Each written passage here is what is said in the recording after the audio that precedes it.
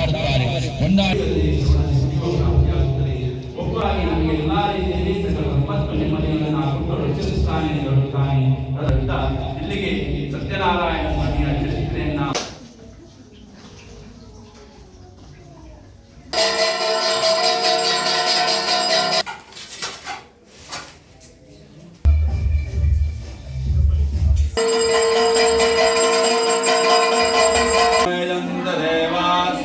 ಧರ್ಮಾಹಾನಿ ಪ್ರಥಮಾನ್ಯ ಆಸನ್ನ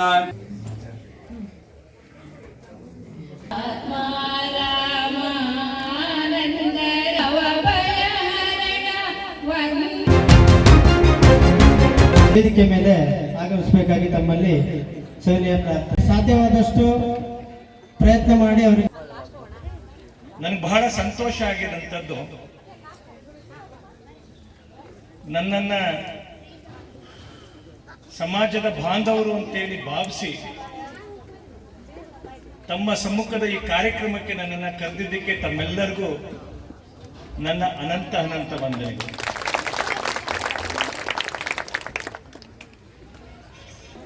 ಮೊನ್ನೆ ತನಕ ಭಾರತೀಯ ಜನತಾ ಪಾರ್ಟಿಯ ಮುಖ್ಯ ವಕ್ತಾರನ ರೂಪದಲ್ಲಿ ನನ್ನ ಪಕ್ಷ ನನಗೆ ಅಷ್ಟು ದೊಡ್ಡ ಜವಾಬ್ದಾರಿಯನ್ನು ಕೊಟ್ಟಿತ್ತು ಅಂತಂದ್ರೆ ಅದು ನನಗಲ್ಲ, ದೈವಜ್ಞ ಸಮಾಜದವರಿಗೆ ಅಷ್ಟು ದೊಡ್ಡ ಪದವಿಯನ್ನು ಕೊಟ್ಟಿತ್ತು.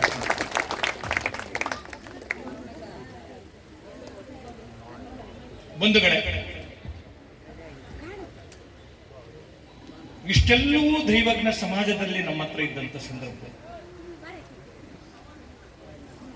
ಎಲ್ಲ ರೀತಿಯ ಅತ್ಯಂತ ಶ್ರೇಷ್ಠ ಸಮಾಜವಾಗಿ ನಾವಿದ್ರು, ರಾಜಕೀಯವಾಗಿ ನಾವು ಬಹಳ ಹಿಂದೆ ಇರೋದು ಕೂಡ ಸತ್ಯ.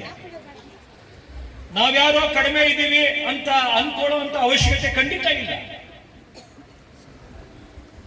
ನಾವು ಮಿಕ್ಕೆಲ್ಲರಕ್ಕಿಂತ ಯಾವ್ದಾದ್ರು ಒಂದು ಶ್ರೇಷ್ಠ ಸಮಾಜವಾಗಿ ಇವತ್ತು ಇದ್ರೆ ಅದು ದೈವಜ್ಞ ಸಮಾಜ, ಅದು ಒಂದು ಜೀವಂತವಾಗಿರ್ತಕ್ಕಂಥ ಸಮಾಜ.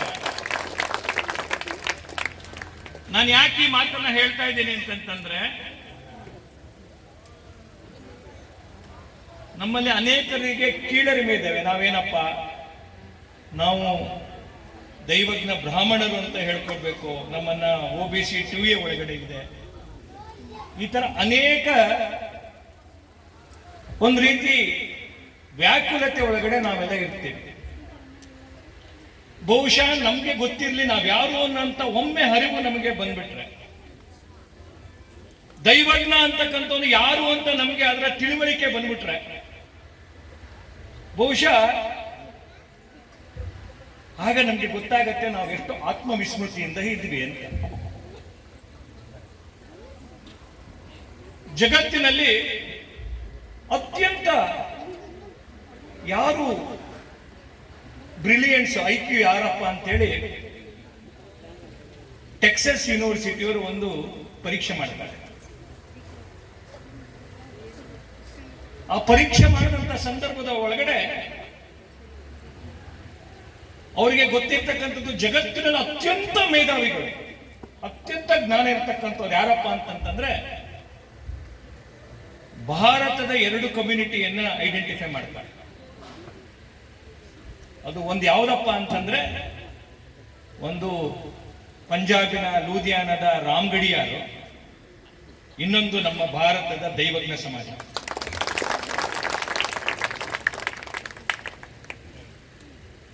ನಾವು ಪೂಜೆ ಮಾಡ್ತಕ್ಕಂಥದ್ದು ಜ್ಞಾನೇಶ್ವರಿಯನ್ನು.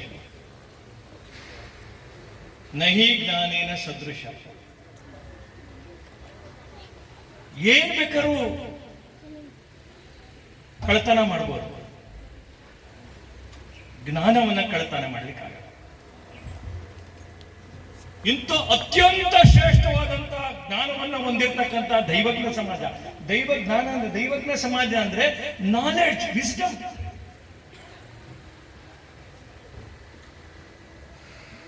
ಇವತ್ತು ದೈವಜ್ಞ ಸಮಾಜ, ಹಿಂದೂ ಸಮಾಜದ ಒಳಗಡೆ ನಾವ್ಯಾರೂ ಕೂಡ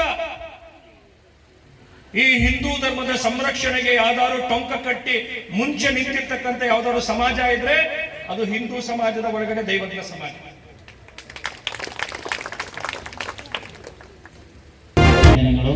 ಹಾಗೆಯೇ ಅಧ್ಯಕ್ಷರು ಹೇಳಿದರು, ಓನ್ಲಿ ಬೋರ್ವೆಲ್ ಒಂದು ಕೊಟ್ಟರೆ ಆಗಲ್ಲ, ಅದಕ್ಕೆ ಏನಾದ್ರು ಒಂದು ಸಹಾಯಕ ಫೌಂಡೇಶನ್ ಏನಾದ್ರು ಮಾಡಿ.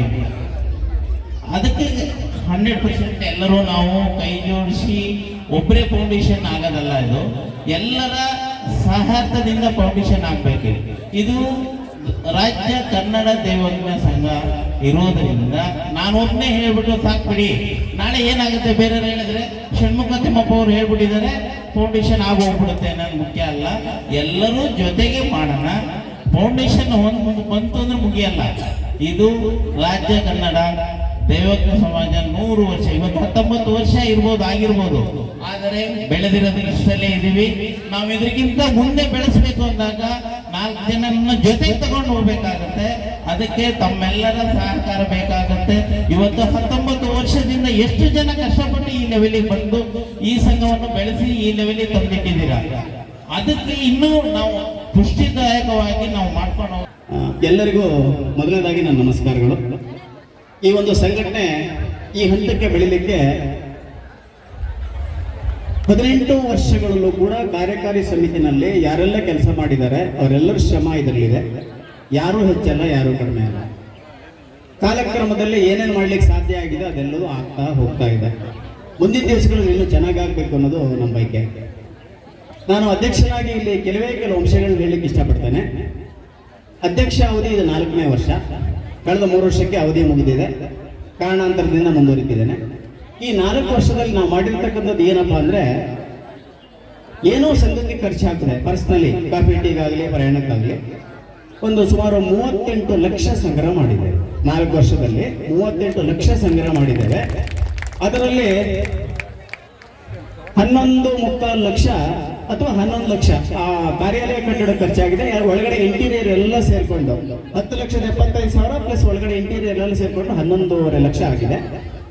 ಮೊನ್ನೆ ದಿನ ಹಠ ಹಿಡಿದು 25 ಲಕ್ಷ ಫಿಕ್ಸೆಡ್ ಡಿಪಾಸಿಟ್ ಹಾಕಲೇಬೇಕು ಅಂತ ಹಠ ಹಿಡಿದು ನಮ್ಮ ಹತ್ತಿರದವರಿಗೆ, ನಮ್ಮ ಕಮಿಟಿನಲ್ಲೇ ಒಬ್ಬರಿಗೆ ಒಂದಿಷ್ಟು ಸಾಲನೂ ತಗೊಂಡು 25 ಲಕ್ಷವನ್ನ FD ಹಾಕಿದ್ದೇವೆ.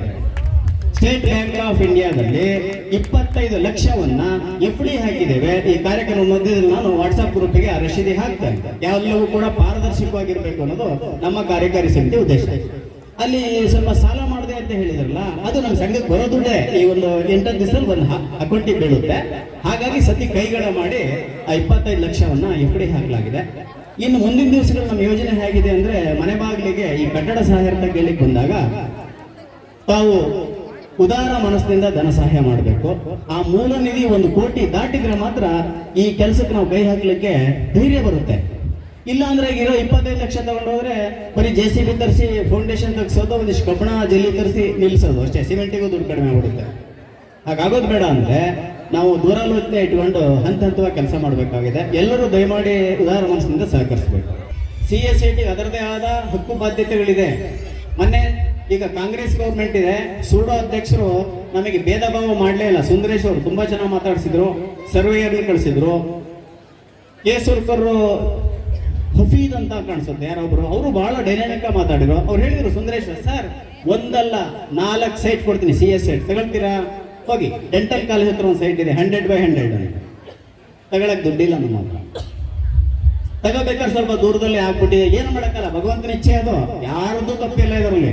ಭಗವಂತ ಇಚ್ಛೆ, ಇಲ್ಲಿ ಇರಬೇಕು, ಇಲ್ಲಿ ಇದೀವಿ.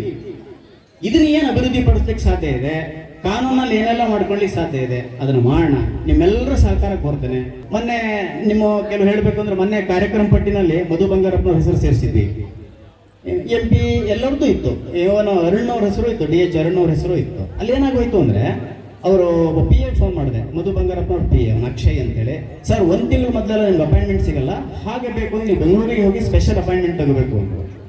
ಅದೆಲ್ಲ ನನಗೊಂಚೂರು ಜರ್ನಿ ಎಲ್ಲ ಮಾಡೋದು ಕಷ್ಟ, ನಮ್ಮೂರಿಗೂ ಕೆಲಸಗಳು ಕಷ್ಟ, ಮತ್ತೆ ತಗೊಳ್ಳೋದೇ ಕಷ್ಟ ಇಲ್ಲ. ಅವರ special officer degree classmate Rajappa ಅಂತ, ಹಿಂದೆ ವಿನಯ್ ಕುಮಾರ್ ಸರ್ಕಿಗೆ PS ಆಗಿದ್ರು, ಈಗ ಅವರಿಗೆ ಅಸಿಸ್ಟೆಂಟ್ ಆಗಿದ್ದಾರೆ ರಾಜಪ್ಪ ಅಂತ, ತಗೊಂಬೋದು.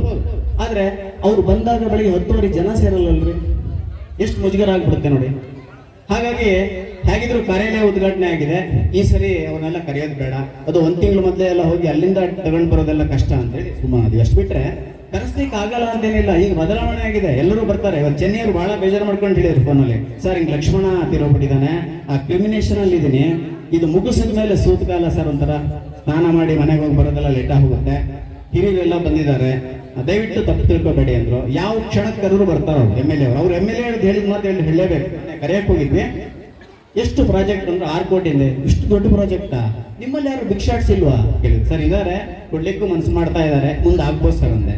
ನಾನಂತೂ ಹೆಚ್ಚಿಗೆ ಕೊಡೋಕ್ಕಾಗಲ್ಲ ಸರ್, ನನಗೆ ಬರೋ ಗ್ರಾಂಟ್ಸ್ ಅಲ್ಲಿ ಈ ವರ್ಷ 10 ಲಕ್ಷ ಕೊಡ್ಬೋದು, ಏನಪ್ಪ ಪಿ ಎ ಕೇಳಿದ್ರು, ಮುಂದಿನ ವರ್ಷ 10 ಲಕ್ಷ ಕೊಡ್ಬೋದು. ಅಲ್ಲ ಪಾಪ ಅವ್ರು ಏನೋ ಸ್ವಾಭಾವಿಕ ಹೇಳಿದ್ರು, ಅವ್ರಿಗೆ ಕೊಡೋ ಶಕ್ತಿ ಇದ್ರೆ ಖಂಡಿತ ಕೊಡ್ತಾರೆ.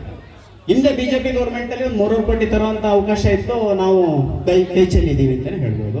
ನೋಡೋಣ ಮುಂದೆ ಕಾಲ ಗತಿಸಿದಾಗ ಅವಕಾಶ ಕೂಡ ಬರ್ಬೋದು. ಭಗವಂತನಲ್ಲಿ ಆ ಒಂದು ಅವಕಾಶ ಬೇಗ ಬರಲಿ ಅಂತ ಬೇಡ್ತಾ, ಈ 4 ಮಾತನ್ನ ವ್ಯವಧಾನದಿಂದ ಕೇಳಿದಂತ ತಮ್ಮೆಲ್ಲರಿಗೂ ಕೂಡ ಹೃದಯಪೂರ್ವಕ ಕೃತಜ್ಞತೆಗಳನ್ನ, ವಂದನೆಗಳನ್ನ ತಿಳಿಸ್ತಾ ನನ್ನ ಮಾತನ್ನು ಮುಗಿಸ್ತೇನೆ.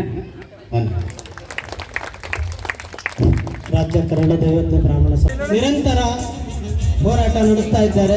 ಅವರಿಗೆ ಸಮಾಜದ ಪರವಾಗಿ ನಾವು ತುಂಬ ಹೃದಯದ ಕೃತಜ್ಞತೆಗಳನ್ನು ಸಲ್ಲಿಸ್ತಾ ಇದ್ದೇವೆ. ಹಾಗೂ ಒಂದು ಸನ್ಮಾನ ಕಾರ್ಯಕ್ರಮ ಕೂಡ ಇಟ್ಕೊಂಡಿದೆ. ಅವರಿಗೆ ಸಮಾಜದ ಪರವಾಗಿ ಎಲ್ಲರೂ ಚಪ್ಪಾಳೆ ಮೂಲಕ